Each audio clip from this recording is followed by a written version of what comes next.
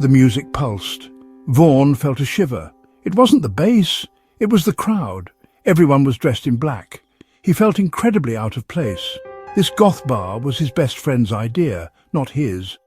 His friend Mark told him to loosen up. Meet someone different, Mark had said. Vaughan checked his watch. Mark was late. Again. Vaughan took a gulp of his beer. It was getting warm. He looked around for a familiar face. Nothing. He wished he hadn't listened to Mark. This place was too dark, too loud, too intense. He felt a tap on his shoulder and turned around hopefully. It was just the bartender. "You okay, sir?" he asked. Vaughan managed a weak smile. "Just waiting for someone." He sighed. This was a mistake. He should just leave. As he stood up to go, a figure caught his eye. Across the room, bathed in the eerie glow of a red spotlight, was the most beautiful woman he had ever seen. She was like a creature from a dream or a nightmare. He couldn't look away. She had porcelain white skin and eyes rimmed with thick black coal. Her lips were painted a deep blood red. A silver ankh pendant rested on her chest, a stark contrast to her black velvet dress. Around her delicate fingers were rings with strange symbols. Vaughan was mesmerized. Who was this mysterious creature? He found himself walking towards her, his feet moving on their own. As he got closer, he could see her more clearly. Her eyes, dark and intense, held a depth he'd never encountered before.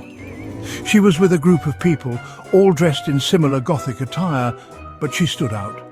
She was different, special. She saw him approaching, and a slow smile spread across her lips. He felt his heart skip a beat. "Hello," she greeted, her voice a husky whisper. "I haven't seen you here before." He stammered, "Hi, I'm Vaughan. It's my first time here." He felt like an idiot.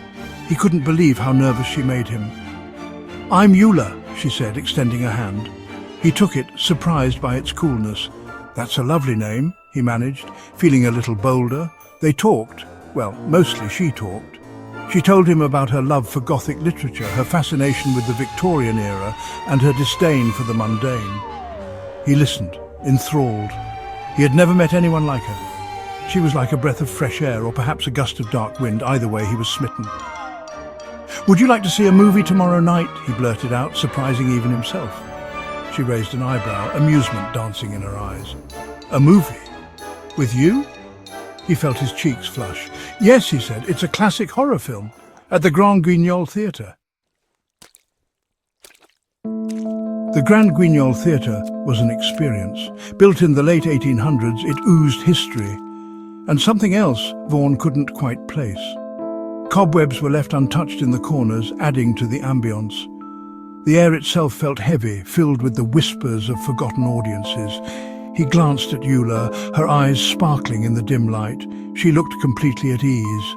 The movie was a silent film, Nosferatu, the story of a vampire. As the film flickered on the screen, Vaughan felt Eula's hand reach for his. He held it, a thrill shooting up his arm. He was falling for her. He knew it was foolish, insane even, but he couldn't help himself.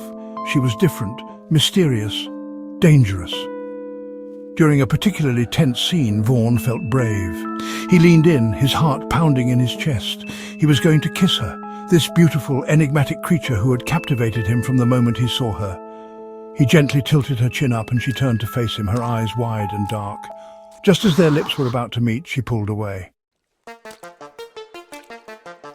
"Vaughan," she whispered, her voice laced with a strange urgency. "I can't." He was confused. "What do you mean?" he asked, his voice a mix of hurt and bewilderment. She looked at him, her eyes filled with a mixture of sadness and something else. "Fear?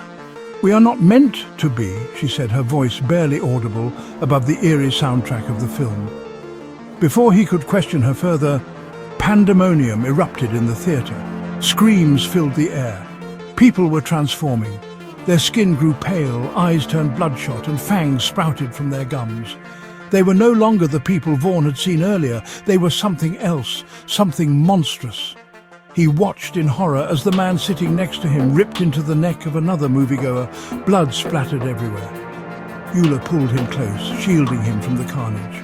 "They can't see you with me," she whispered. "But you can't stay here. You have to go. Forget about me. Forget any of this ever happened. She kissed him then, a cold, fleeting kiss, and then she was gone, disappearing into the throng of creatures. He stumbled out of the theatre, his mind reeling. He had stumbled into a world he didn't understand, a world of darkness and creatures of the night. And Eula, the captivating goth girl, the woman who had stolen his heart, was one of them. He was both terrified and strangely relieved. He was alive. He had been spared. He didn't look back. He ran into the night, the screams from the theatre echoing in his ears, a chilling reminder of the night he discovered some love stories are best left untold.